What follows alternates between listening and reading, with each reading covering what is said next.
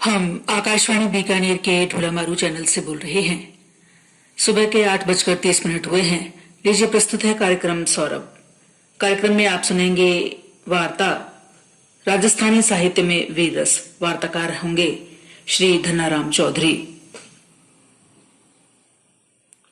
राजस्थानी साहित्य में वीर रस। प्रिय श्रोताओं, भारत का क्षेत्रफल की दृष्टि से सबसे बड़ा राज्य है राजस्थान। प्राचीन समय से ही राजस्थान के शूरवीरों ने अपनी वीरता का डंका बजाया है।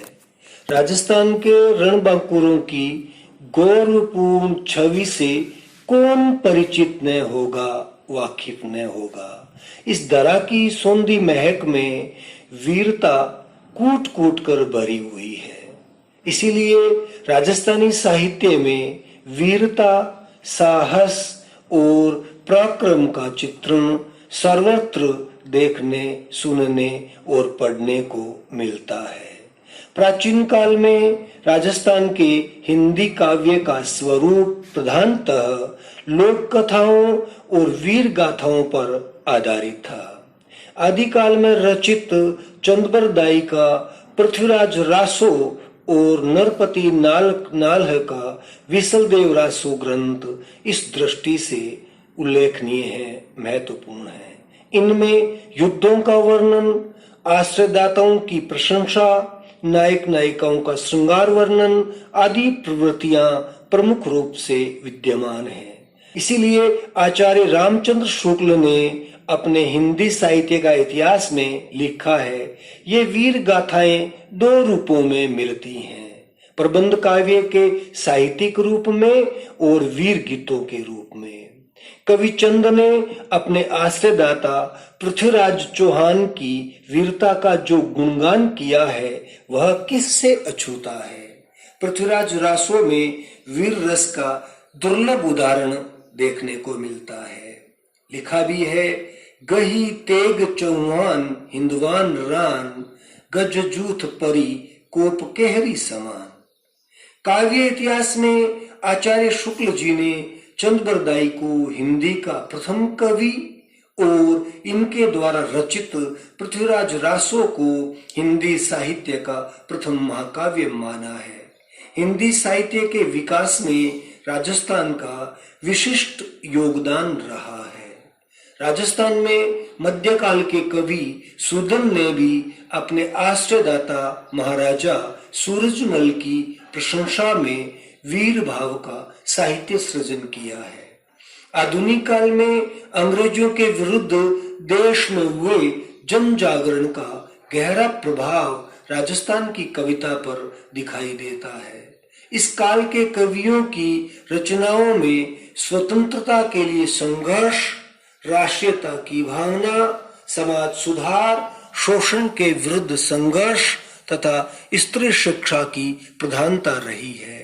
बांकीदास और सूर्यमल मिश्रण जैसे कवियों की कविता में अंग्रेजों की पराधीनता के विरुद्ध छटपटाहट और उससे मुक्ति के लिए उद्बोधन का स्वर इसी समय मुखर हुआ था। राजस्थान की वीर प्रसूता भूमि पर जन्म लेने वाले सूर्यमल मिश्रण ने राजस्थान की वीर संस्कृति को अभिव्यक्त किया है। दोस्तों, इतिहास गवाह है कि राजस्थान के वीरों का इतिहास युद्धों और संघर्षों का इतिहास रहा है। जिन परिवारों के पुरुष अपना जीवन युद्ध की विभीषिकाओं के मध्य बिताया करते थे, उनकी वीर नारियां त्याग और स्वाभिमान को कैसे भूल सकती थीं। तभी तो वीर नारी कहती है, सहनी सबरी हूं सखी, दो उर उल्टी दाह, दूध लजाणो पूत तिम, वड़े लजाणो नाह। अर्थात एक राजस्थान की वीर क्षत्राणी कहती हैं कि हे सखी, मुझे जीवन में सारी बातें सहनीय हैं, परंतु दो बातें मेरे हृदय को उल्टा जलाती हैं। प्रथम तो यह कि यदि मेरा पुत्र मेरे दूध को लज्जित कर दे तो मुझे ये असहनीय है, और दूसरी बात, यदि मेरा प्रियतम मेरी चूड़ियों को लज्जित कर दे तो मुझे ये सहन नहीं होता। साथियों, राजस्थान की वीर माता भी वीरता की पराकाष्ठा के रूप में विख्यात है। तभी तो अपने नवजात पुत्र को पालने में झुलाती हुई शिक्षा देती है। इला न देनी आपरी हलरिया हुलराय, पूत सिखावे पालने मरण बढ़ाई माय। अर्थात एक वीर क्षत्राणी माता अपने नवजात शिशु को पालने में झुलाती हुई कहती है, हे पुत्र, बड़ा होकर अपनी मातृभूमि की रक्षा करना, इसी में बड़ाई है, चाहे युद्ध भूमि में शत्रुओं से भिड़ जाना। राजस्थान की वीर देवरानी भी अपनी जेठानी को संबोधित करती हुई कहती है कि भाभी, हूं डोढा खड़ी लोदा खेटक रुक, थे मनवारो पाहुणा मेड़ो झाल बंदूक। इन वीर क्षत्राणियों पर कौन बलिहारी न होगा। इन वीर रमणियों के साथ साथ वीर पुरुषों ने भी समय समय पर वीरोचित त्याग, दृढ़ता और निर्भीकता जैसे गुणों का परिचय दिया है। महाराणा प्रताप सरीखे वीरों का त्याग वीरता की मिसाल बन गया था। तभी तो कवि की लेखनी पुकार उठी थी कि मेवाड़ केहरी देख रहा, न रण में केवल तमाशा था, वह दौड़ दौड़ युद्ध करता था, वह मान रक्त का प्यासा था। मित्रों, राजस्थानी साहित्य में आजादी से पूर्व जहां स्वतंत्रता की कामना प्रमुख रही थी, वहीं आजादी के उपरांत समाजोत्थान का स्वर प्रबल रहा है। स्वतंत्रता संग्राम सेनानी राजस्थानी कवि कन्हैयालाल सेठिया को कौन भूल सकता है, जिनके अग्निवीणा काव्य संग्रह में देशभक्ति का स्वर प्रबलता से मुखरित हुआ है। धरती धोरारी नामक प्रसिद्ध कविता राजस्थान की वीर प्रसूता भूमि का विहंगम दृष्टि से साक्षात्कार कराती है। उन्होंने राजस्थान के समस्त जिलों की विशेषताओं को यूं बखान किया है। ईरो चित्तौड़गढ़ लूंठो, ओ तो रणवीरारो खूंटो, ईरो जोदानो नो कूंटो, धरती धोरारी मायड़ कोडारी। मित्रों, राजस्थान के इस गर्वीले कवि ने बीकानेर, अलवर और अजमेर की धरा को भी व्याख्यायित किया है। उन्होंने लिखा भी है, ईरो बीकाणो गर्बीलो, ईरो अलवर जबर अठीलो, ईरो अजमेर भड़कीलो, धरती धोरारी मायड़ कोडारी।